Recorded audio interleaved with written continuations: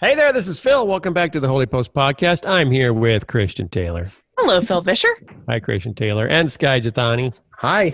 I almost said Jethani by accident. I thought you said that. Tani. Whatever. Tani. And Jason Rug. Hello. Hello. How are you, Jason? I'm good. How are you? There's a storm coming. Is it there yet? Did you look out the window? It's getting very close here. It's very very dark clouds. Yeah. Yeah, Oh. light's going to start changing. Okay. I did want to say my fun news for this podcast is that Skye and I went shopping together on Sunday. Well, that's What? not entirely true. We went What? furniture shopping. There's a store going out of business, and I stopped in to see if there was anything that they were getting rid of that I wanted, and I ran into. Sudden, this terrorist with a mask comes up and looks at me in the eye, and I was really scared until I realized it was Skye. Christian was there with her husband. That's beautiful. So glad to hear that. On that happy note, here's the theme song. What's the news that you like the most? Who's your favorite podcast host? If it's breakfast, get your toast. It's Skye and Phil and the Holy Post. Skye and Phil and the Holy Post. And sometimes Christian. Okay, I want to do something that we haven't done a lot of lately. I want to read a couple of letters that we got. Is that okay with everybody? Yes. Listener feedback? Listener feedback. Here's some listener feedback from Aaron on our latest episode. Your News of the Butt segment was excellent and met the high standards I have come to expect for this segment. Did you hear that?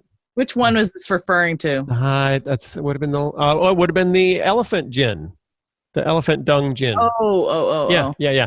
The fact that Christian and Skye are hearing about the news for the first time with us works well. It's fun to hear their reactions. However, don't you love it when there's a however or a but after the news of the butt? But, however, why do you use the same format for other discussions? It doesn't work well. When you discuss the articles on Kristen Dumez's new book, it seemed like Skye and Christian were hearing it all for the first time. Skye was guessing what Dumez probably meant and then reacting to that guess, and Christian thought Dumez's approach was too simplistic. Take the 4 minutes to read the article. Please have Dumez on soon for an interview. It would be excellent. And thanks for having Justin Giboney on to talk about the AND campaign. Okay, so in defense of Christian and Skye, I pick the news stories typically in the hour leading up to recording the podcast. So they don't have any time to read the news stories. There are two different segments on the show. As you may have noticed, there's the news and then there's the guest. The news and the guest. The guest interview typically has research that goes into it ahead of time. The news segment does not. Now, I actually tried to do something this morning. Yeah, today you sent me articles like 3 hours ahead, and I was actually able to read them. Yes. Thank you for that. Partly why was in response to Aaron and a few other people online. Thank you, Aaron. Thank you. Online said, why are they discussing Dumez's book without having her on or without having read the book? Which we've done this the whole 9 years almost. We've been doing the podcast. It's a long-standing tradition of discussing things that we haven't really looked into very deeply. And it's primarily my fault because you may not know this. This isn't what I do for a living. This is not, it's fun to do the podcast. It is not how I make my living. Pay your bills. How I pay my bills. We bring in enough from you guys, which we're very grateful for, to cover the expenses, cover the overhead, and we're hoping to invest in some more help to make it better. But I never have time to research things in advance before I do the news segments. So I'll see if I can get better at that and at least get the news stories to Skye. I almost said Skye and Christian. So that they can definitely have read them. If I do that, will you read them in advance? Read them yeah. Oh, I mean, to be fair, you sent us 2 news stories today. I only read one because I had other things going on. But there are 2 things. Number one, sometimes, not always, but sometimes it is more entertaining when we are in the dark. Yeah. And we can just react. Depends on the story. Depends on the story, not always. Secondly, in response to Aaron, we are actively trying to get Dr. Dumez, I think, is she a professor? Doctor somewhere? Anyway, we're trying to have her on the show to talk in greater depth about her own book and ideas. And I don't think we were critical of her book. As far as but I get their point. Oftentimes, it really probably is better to talk to a person than about them.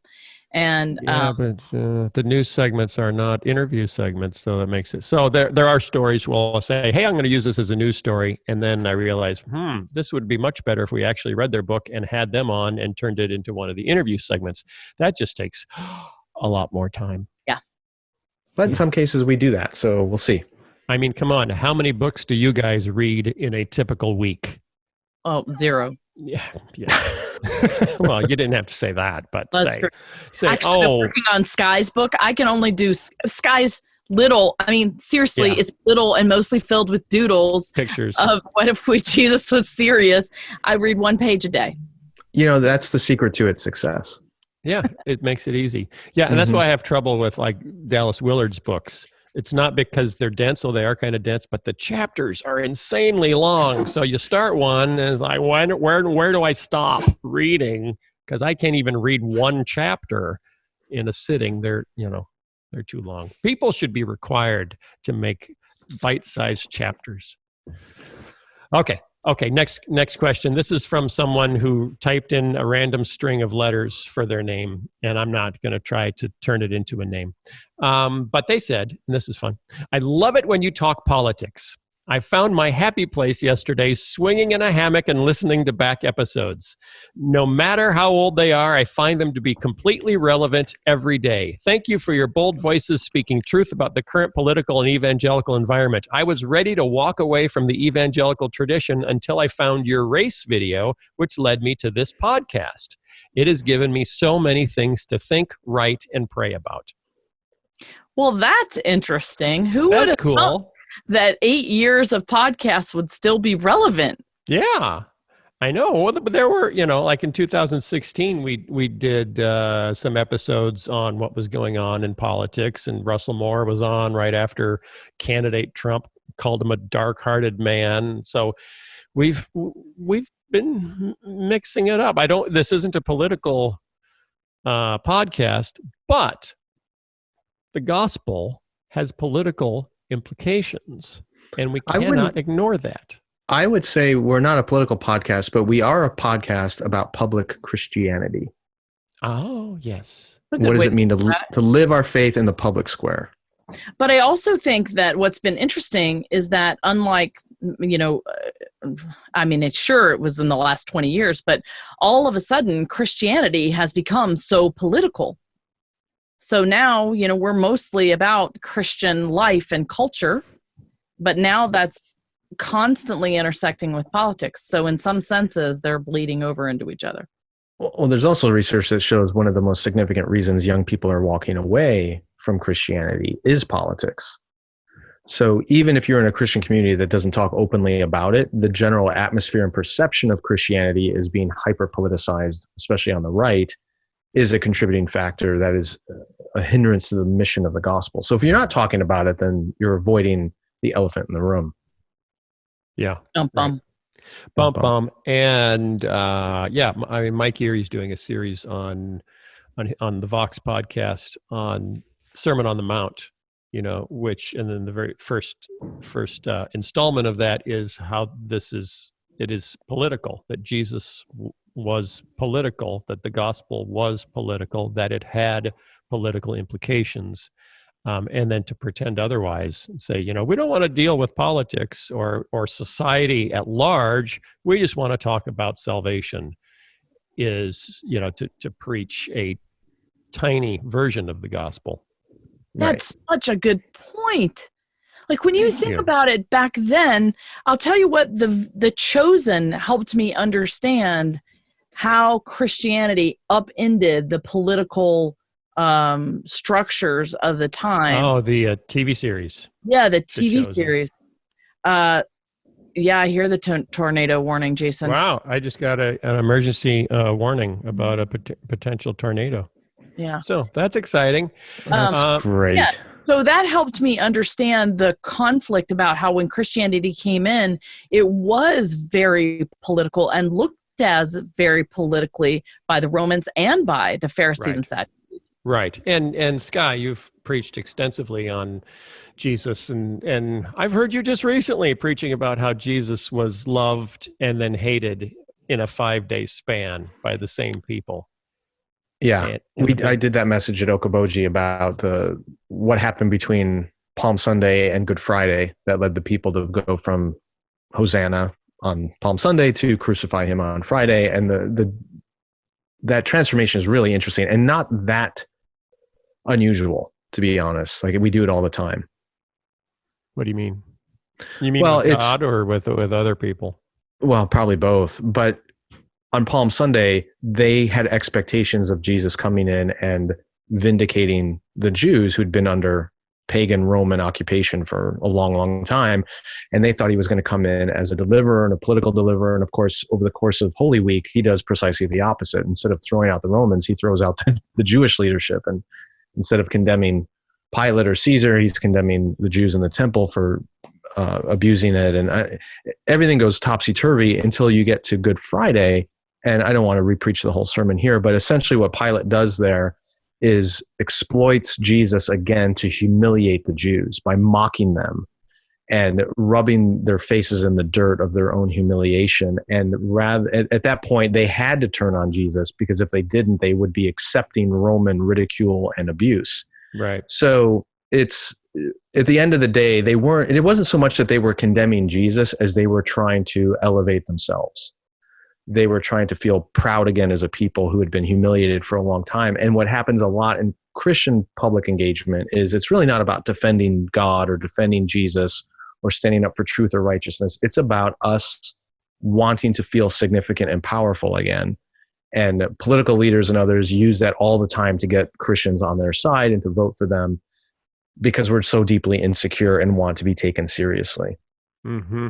Mm-hmm. Yeah. Okay. So we were at Okoboji. Did you mention we were at Okoboji?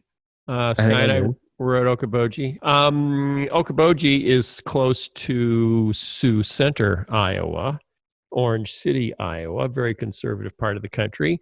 And after we got back, the Saturday we got back, there was a front page story in the New York Times about Sioux Center, Iowa, right near Okoboji, where the wind comes sweeping down the plains.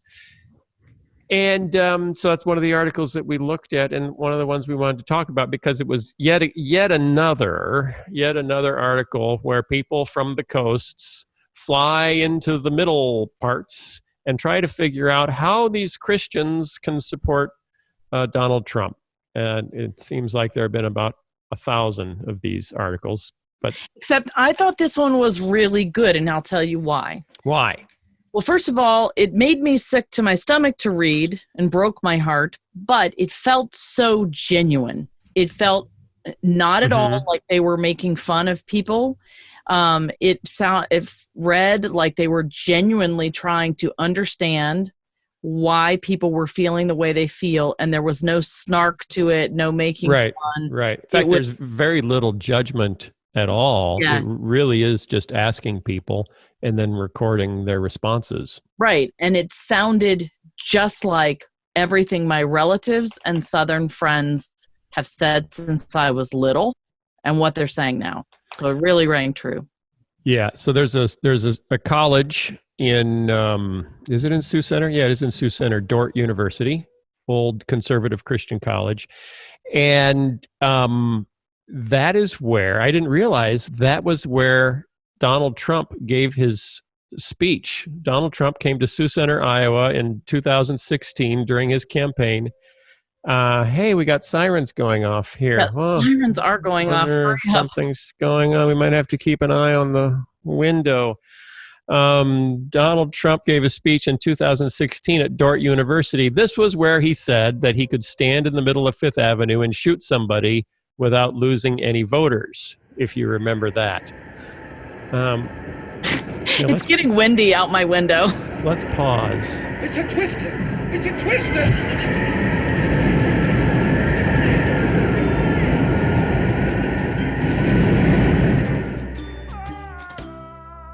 Hey, Hey, we're back. It's me, Phil, and the gang. We had to leave because tornado sirens were going off all over the western suburbs of Chicago. We had, what did they say that kind of storm was called? Derecho. A gazpacho? No, derecho. A derecho? I want a gazpacho storm where everyone just gets attacked by cold tomato soup.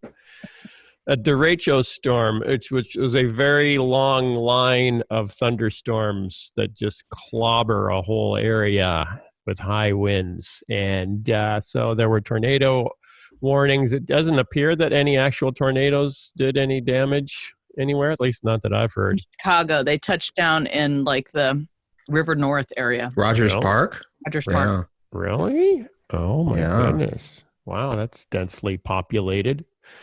We lost like half a tree here, and that was all. But our power just barely went out, but came back on. My mom, two suburbs over in Wheaton, lost power for like 20 hours, and whole streets in Wheaton were impassable because of downed trees. So it was some power lines I saw.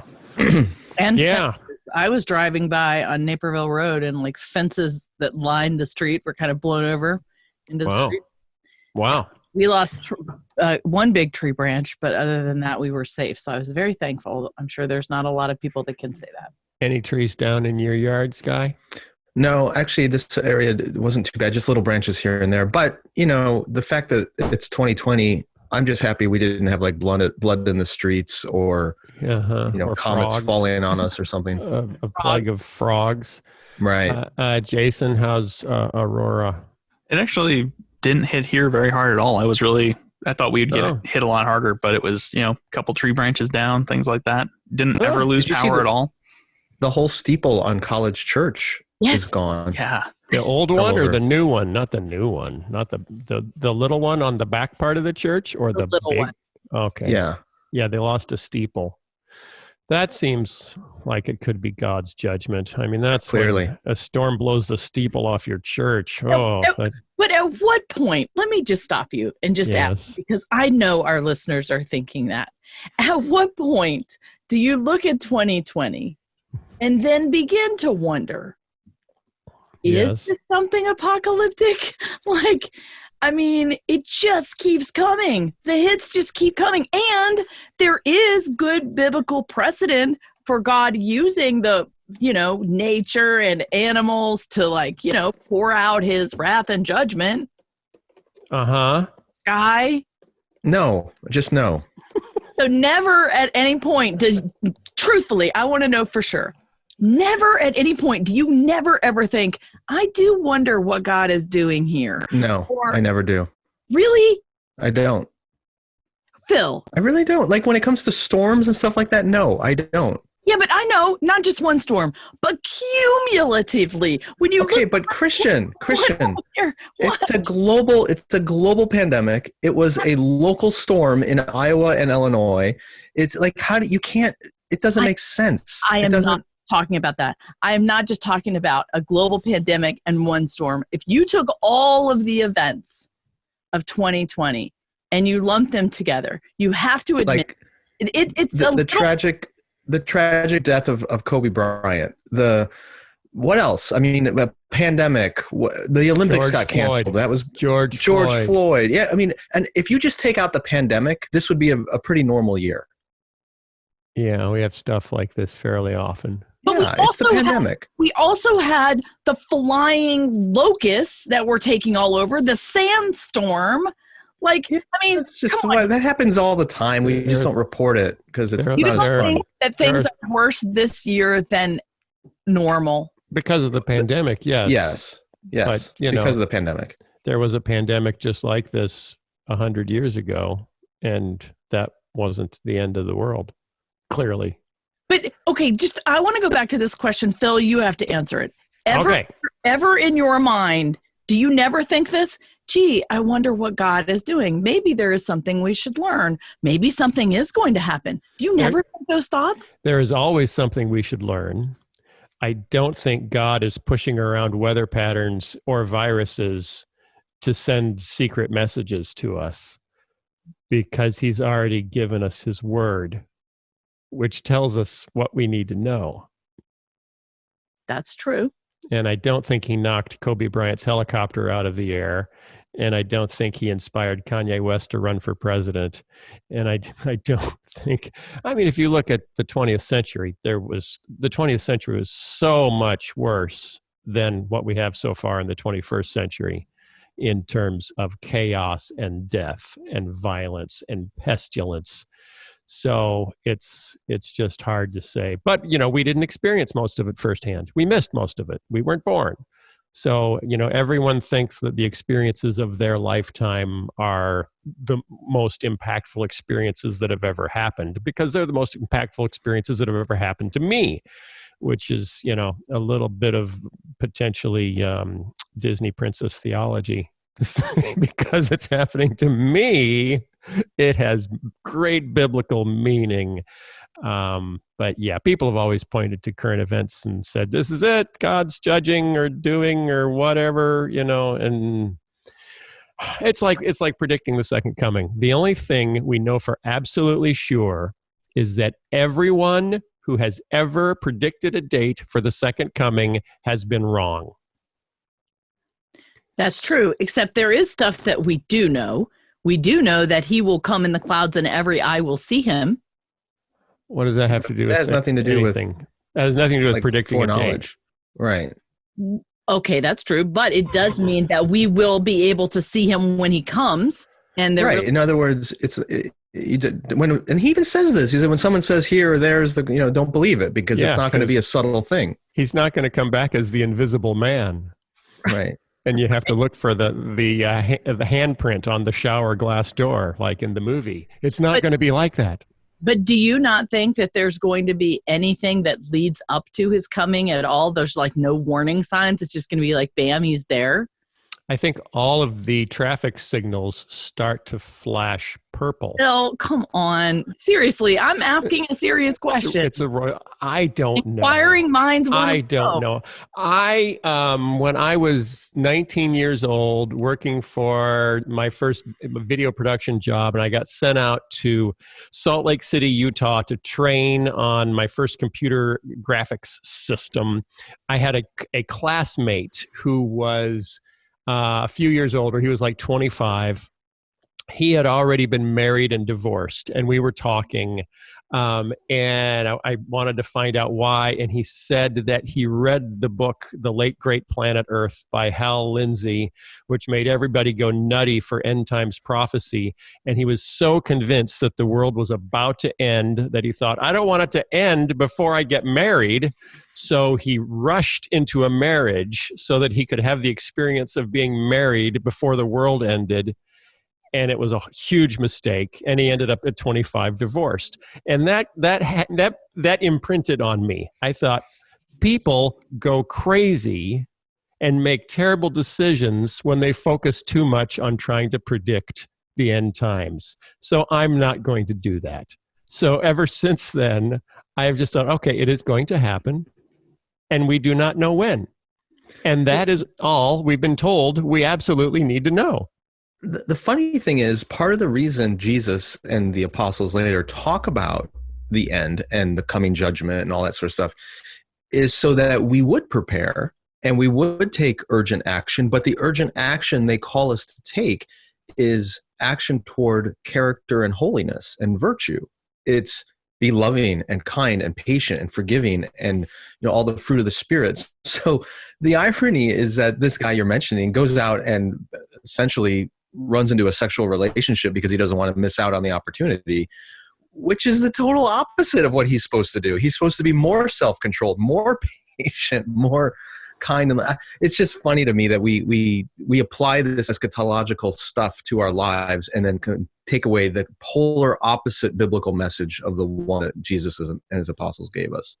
Yeah, we're always trying to game the system, it seems, like to our own advantage. Yes. Yeah. And I tend to strongly react against going to extremes. I like to moderate. I like to stay in the middle. To a fault. that there are times where I should be more up in arms, and I'm not, because my tendency is to try to moderate my response at all times. So when I see theology that tends to produce extremes of behavior in people, I kind of have a natural, innate pushback, to that sort of, whoa, if interpreting that verse that way makes you behave like that, I'm gonna back away from that.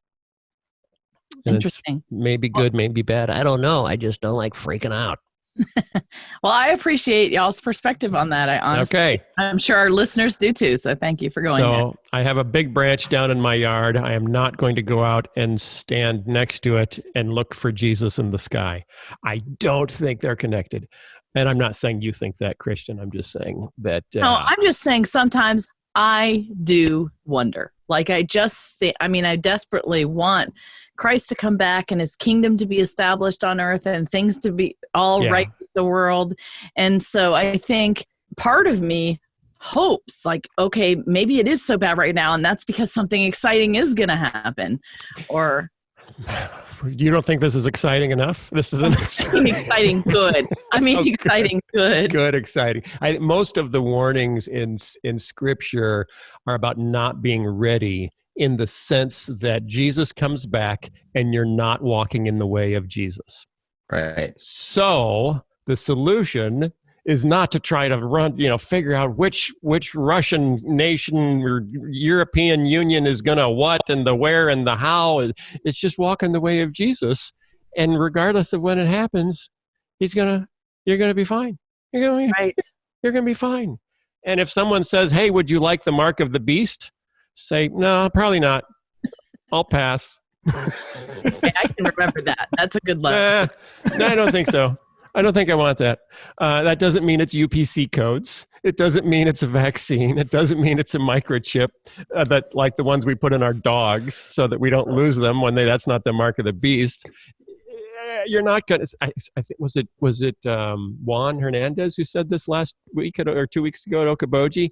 Said, because people were asking about the mark of the beast, he was teaching on Revelation, and he said, you will not accidentally get the mark of the beast. If there is a literal mark of the beast, it won't be something that you realize, oh crap, I thought I just downloaded the Target app, and now I've got the mark of the beast. That's like, if there is a literal mark of the beast, it's not going to sneak up on you.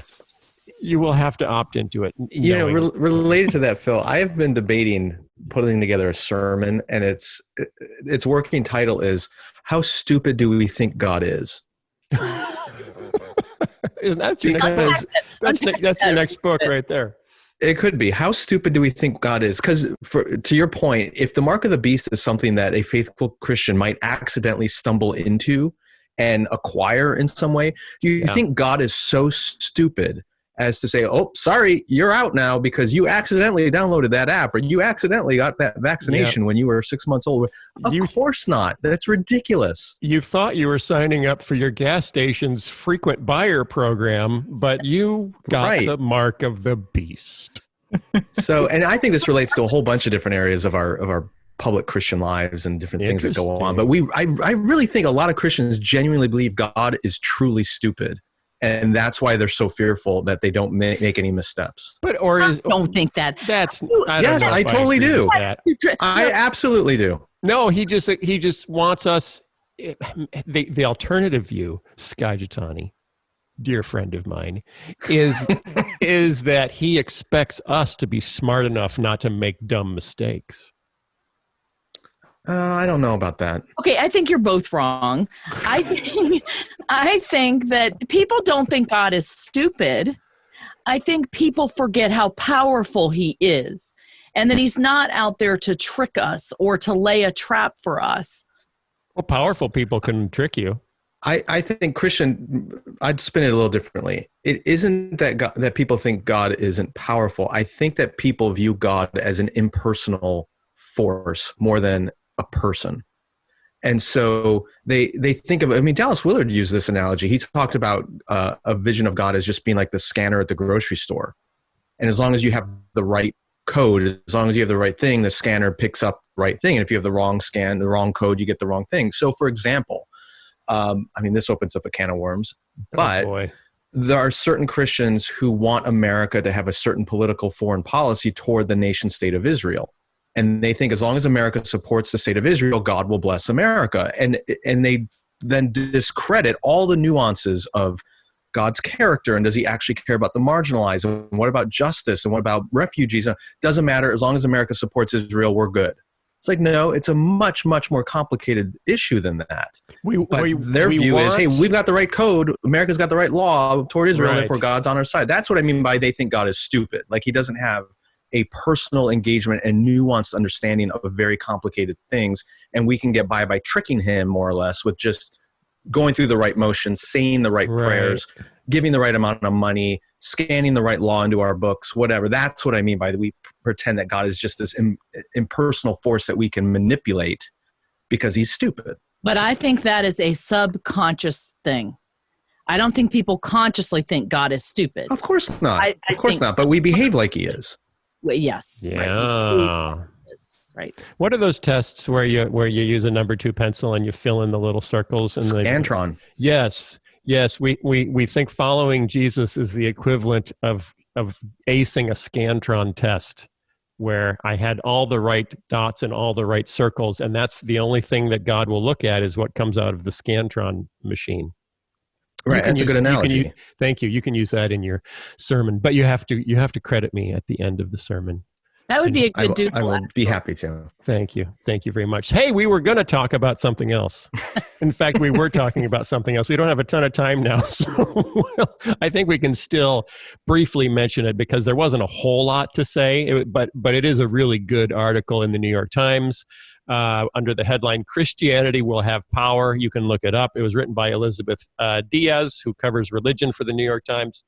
And she went to Sioux Center, Iowa, to interview people who had supported Donald Trump in 2016. And she pointed out something interesting, which I didn't even know, was that one of the most famous things he ever said during the primary, he said in Sioux Center, Iowa, at Dordt University. And it's the thing that everyone focused on, which is that is where he said, and this is a very conservative Dutch Reformed community with a Dutch Reformed school. And this is where he said he could stand in the middle of Fifth Avenue and shoot somebody and he wouldn't lose any voters. And every journalist in the world focused on that. Like, what did he just say? It's even hard to figure out exactly what that means. Was he saying his followers just aren't very moral? I mean, it's like, who is he? His followers are so passionate, so loyal, He could shoot somebody and they would still follow him. And I would argue he was 100% correct.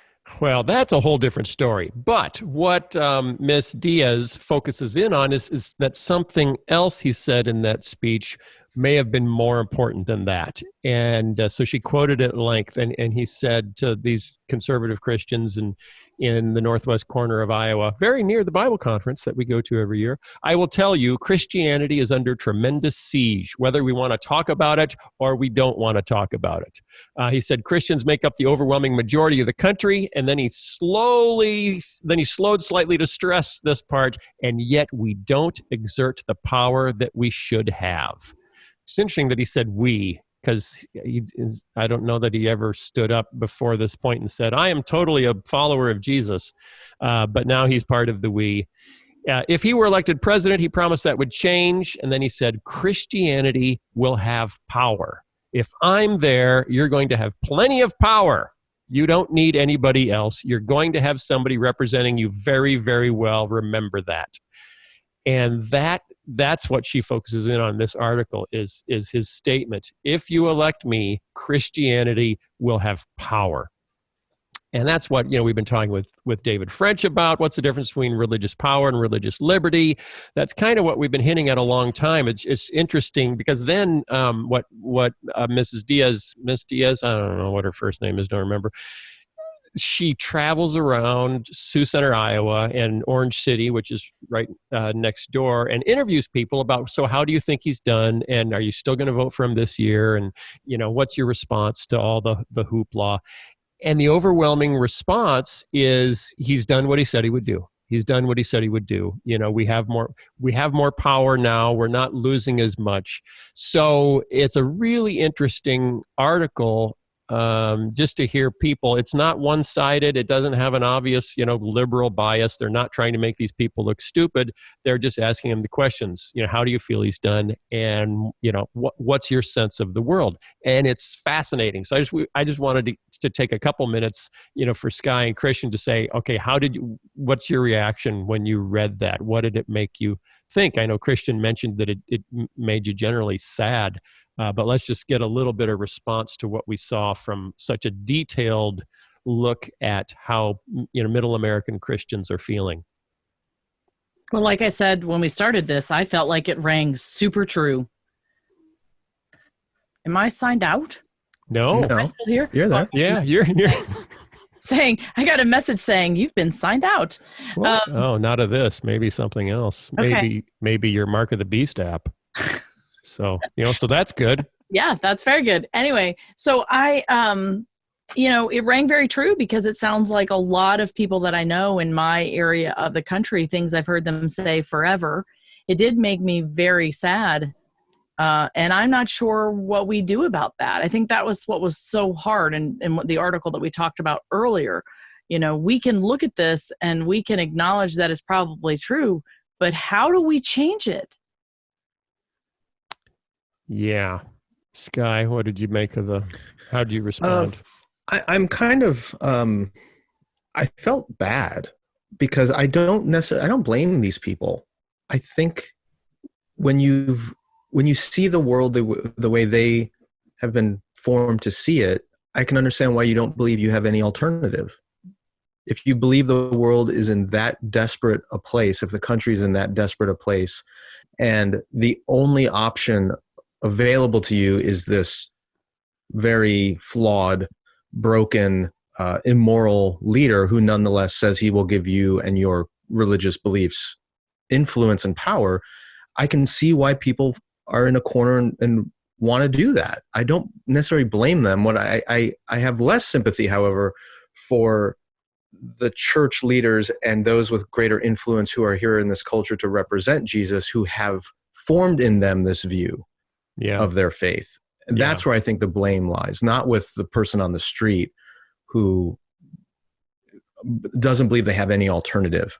So it's sad. It's very sad because I think it says something about the state of the American church more than it says about the state of American politics. And there's a ton of talk, quotes from different people like this in their area because they have their own Christian school they send their kids to. We feel like we are in a little area where we are still protected, where we're safe. We're afraid of losing that.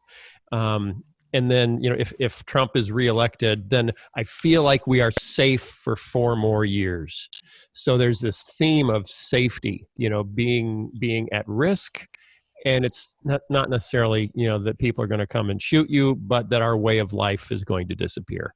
That we have values and they're going to disappear. That's what they've capitalized on. I mean, that's what the Trump campaign and the Republicans have capitalized on, and they have going back to the 80s and I'm sure before, whereas we're going to show you all the things you should be really afraid of, and you should be really, really afraid of these things. We're going to be the ones that protect you from happening, whether they're abortion or, crime or, be that what it may. We, the Republicans, are going to keep your life the way it is, protected, safe, and happy. And what really breaks my heart is that what that reveals in us in our heart is that we believe that our salvation, our happiness, our peace is in installing a correct political leader and system. Well, and maintaining political and maintaining power. Yeah. Right, which is essentially a false gospel. It's a false god, actually. Right. Yeah. So, and that I wish that some of these folks, I wish there was more interaction across the country among Christians in different environments. Like if you were to take a bunch of Christians in Northwest Iowa, like the ones that were interviewed in this article, and put them in a room with a bunch of Christians from Manhattan, right? Who live in like this liberal bastion of democratic power. Yeah. And they could interact with each other and realize we share the same faith. We have the same hope in Christ. We're in very different environments. And yet, look, here are Christians thriving in a post-Christian liberal paradise of Right. the liberal kind of nirvana, and yet their faith is strong and they're doing great. Like I wish there was a vision for we can, no matter what happens politically, we as the people of Christ can thrive. Yeah. And we don't have to be driven by fear in our public engagement. Yeah. The last person they interview in the article is the Latino pastor of a Latino congregation in, I think, in Orange City or Sioux Center, who, has a lot of white evangelical friends and is an evangelical, and so shares many of their social concerns. But when they come to politics, he says, they don't bring that up around me, and I don't bring it up around them. I think they know that the things Trump says and does aren't necessarily great for the people in my congregation, and they don't want me to feel awkward, and I don't want to make them feel awkward, so, and that's kind of part of it's kind of exactly what you're saying, is that here's a group right in the community that could say, our perspective is a little different, let's talk about it. But instead the choice is, our perspective is a little different, let's not bring it up because we want to maintain civility, and we don't know what'll happen if we actually disagree with each other. We haven't been taught how to respectfully have a difference of opinion and have a civil conversation about it and not let it fracture us into our silos. Right. That's what's tragic. Yeah, and our leaders aren't helping because they're not doing it either. Because they're too afraid that I'm gonna lose support of the people that are following me. It's going to threaten my ministry, so I'm just not going to speak up. And that's why I put the blame there rather than with the people in the pew or in the voting booth. It's our Christian leaders have failed to disciple the American church in this critical area of faith. Okay, Skye, so what do we do? How do we turn that around? What vision can you paint for us of something that might begin to turn that tide? Skye, Well, just from that article. Oh, sorry. Go ahead. I was going to say, what if you wrote a little ebook called The Voting Booth? I'll suggest that name. You could call it The Voting Booth, and it could talk about Christian political engagement. What if you did that? What if I did that 4 years ago and it's already available on Amazon for anybody who wants it for $1 or something? We may need to point that out again.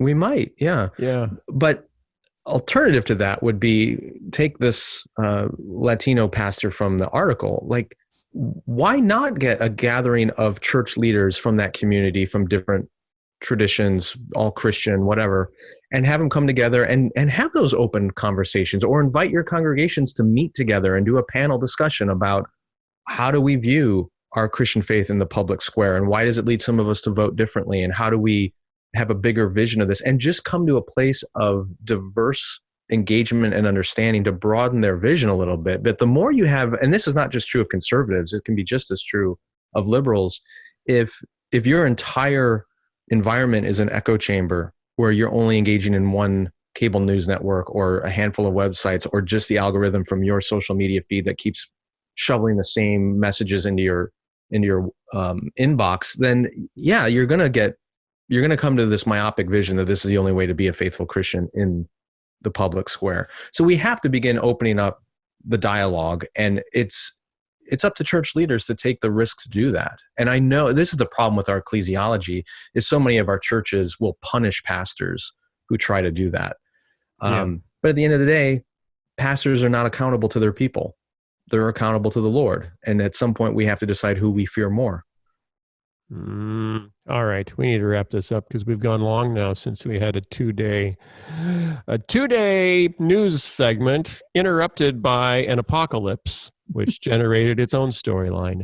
We have a guest, Skye. Think we have a guest? I hope so. We'll see. I hope we have a guest. This episode might be shorter rather than longer. If not, it's probably long enough as it is. All right, guys. You guys have a great week, and we will see you next time. Wait, can I say one quick What? Okay, what? Super exciting news today, everybody. You can't tell anybody. You can keep it secret.